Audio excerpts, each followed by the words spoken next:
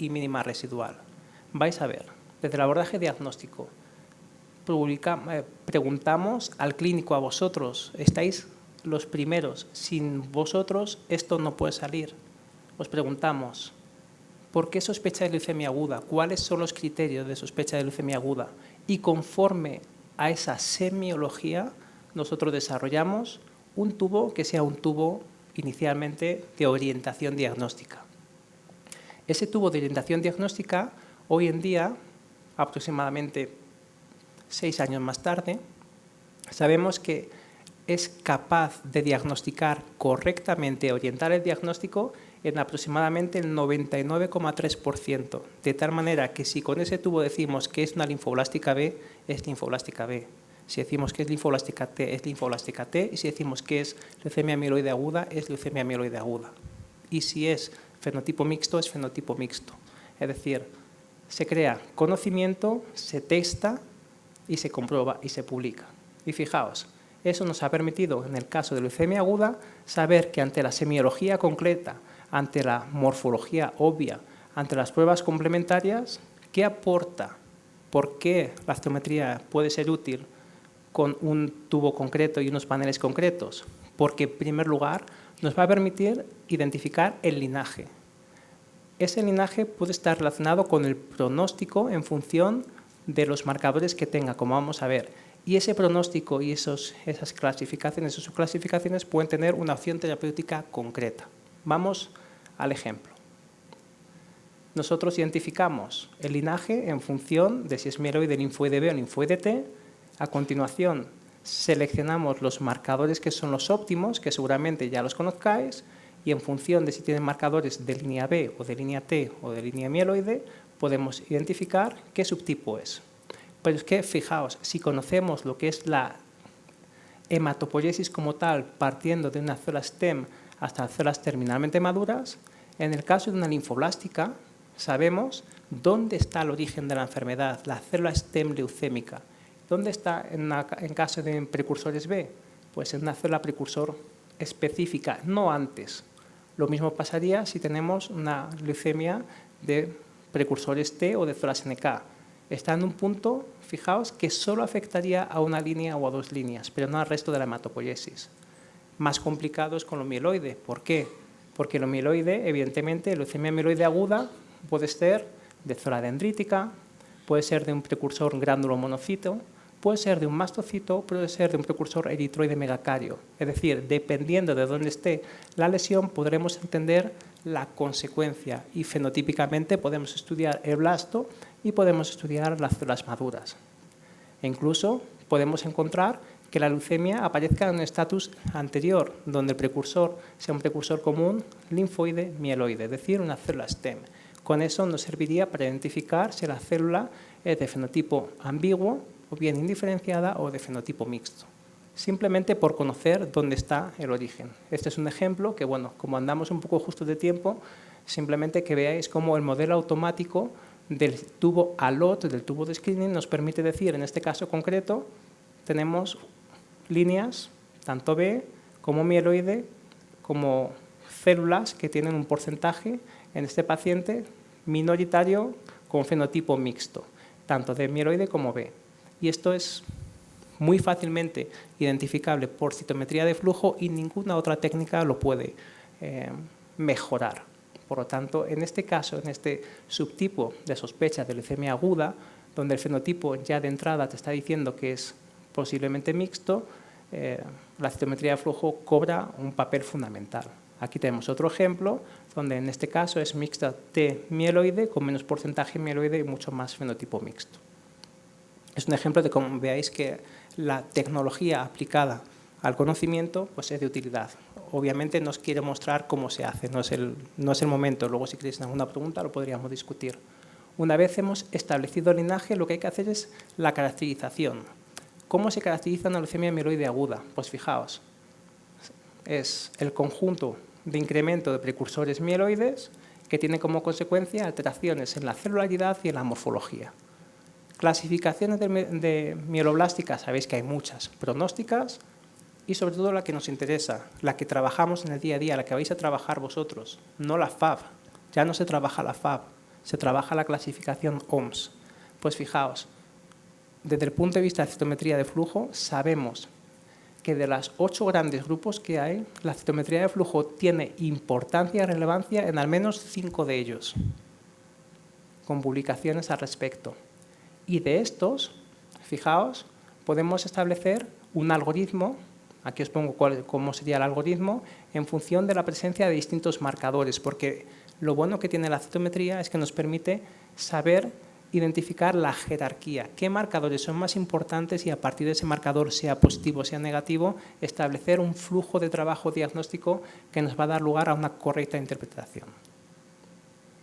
Esto nos va a permitir de alguna manera, como veis, voy a pasarlo rápido, no me interesa de momento la presentación, no tengo ningún problema en darosla, o sea, si queréis la presentación os doy la presentación, tendréis las diapositivas y así podréis tener de alguna manera el fenotipo, perdón, voy para atrás, porque está ido muy rápido. Si queréis tener el fenotipo, no me importa compartirlo con vosotros, pues conocimiento. Lo que me interesa es que veáis que hay un flujo de trabajo donde hay marcadores que son capitales y a partir de esos marcadores capitales podemos identificar cómo es el blasto y cómo son, recordad, las poblaciones que no son blasto. Es decir, tenemos una leucemia mieloide aguda secundaria a una mielodisplasia, eso se puede responder muy fácilmente con la citometría de flujo. Estudiamos el blasto, estudiamos los neutrófilos, estudiamos los basófilos, los mastocitos, los eritrocitos, etc. Y podemos correlacionar si comparten lesiones fenotípicas o no.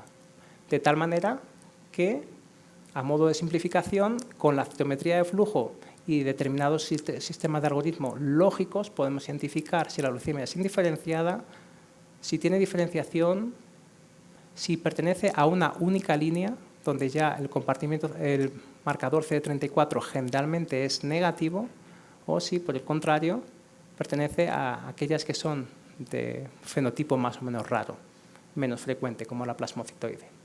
De tal manera que de los 5 grupos que son importantes a nivel de la OMS, sabemos que la citometría de flujo hoy en día es esencial, es obligatoria, al menos para la neoplasia de células dendríticas plasmocitoide, la leucemia indiferenciada y también es de capital importancia para PML rara. Si os preguntáis por qué, pues fijaos, ¿por qué es importante? ¿Por qué sacamos nuestro Oscar Schindler ahí detrás?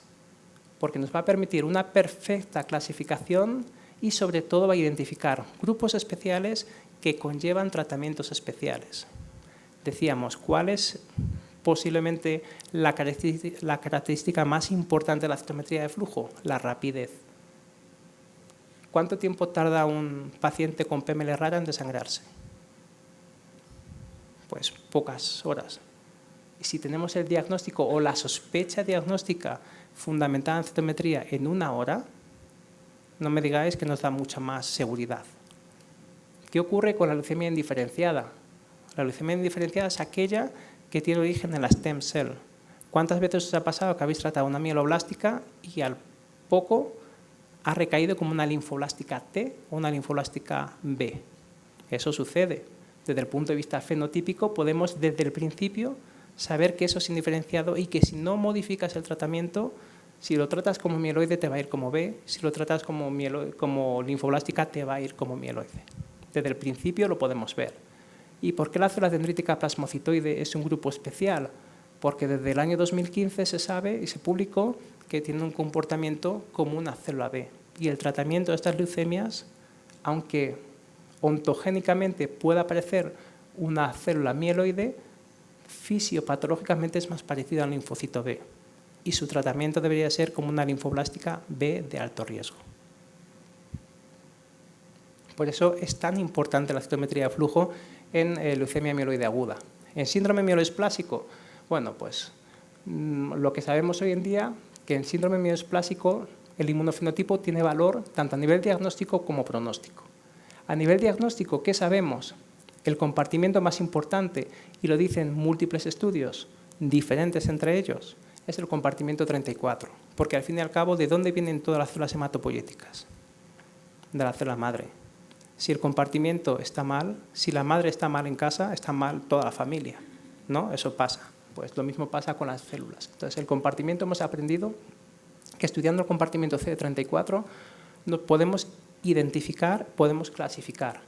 Y desde el punto de vista pronóstico, fijaos, hay pocos estudios, pero los estudios que hay, que son estudios de nuestro grupo, demostraron que desde el punto de vista pronóstico, el fenotipo más importante para evaluar el pronóstico es el 34. ¿Por qué? Porque existe una correlación entre alteraciones fenotípicas en el compartimiento 34 y el riesgo de transformación a leucemia aguda.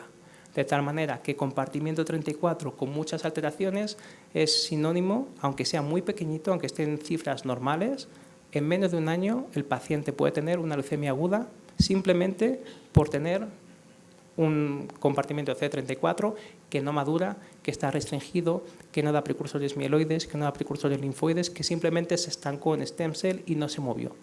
En menos de un año, esos pacientes, aunque tengan 1% de blastos, están haciendo una leucemia aguda. Nos podemos adelantar a lo que va a suceder. Y desde el punto de vista pronóstico, fijaos, la tasa proliferativa del compartimiento de médula ósea ha sido capital. Y vais a ver, estudiando el ADN, esto no es un tubo ni siquiera Euroflow, un tubo con 4 colores. DRAC5, 11B, 13 y CD45. Con 4 colores, citometría de hace 30 años, fijaos lo que sucede. Entendemos que la tasa proliferativa, especialmente de la serie... Uy, perdón, esto va demasiado rápido o yo demasiado lento. El análisis de la tasa proliferativa, tanto del compartimiento 34 como de la serie eritroide, tiene impacto pronóstico tan importante como los parámetros clínico-biológicos que hablan de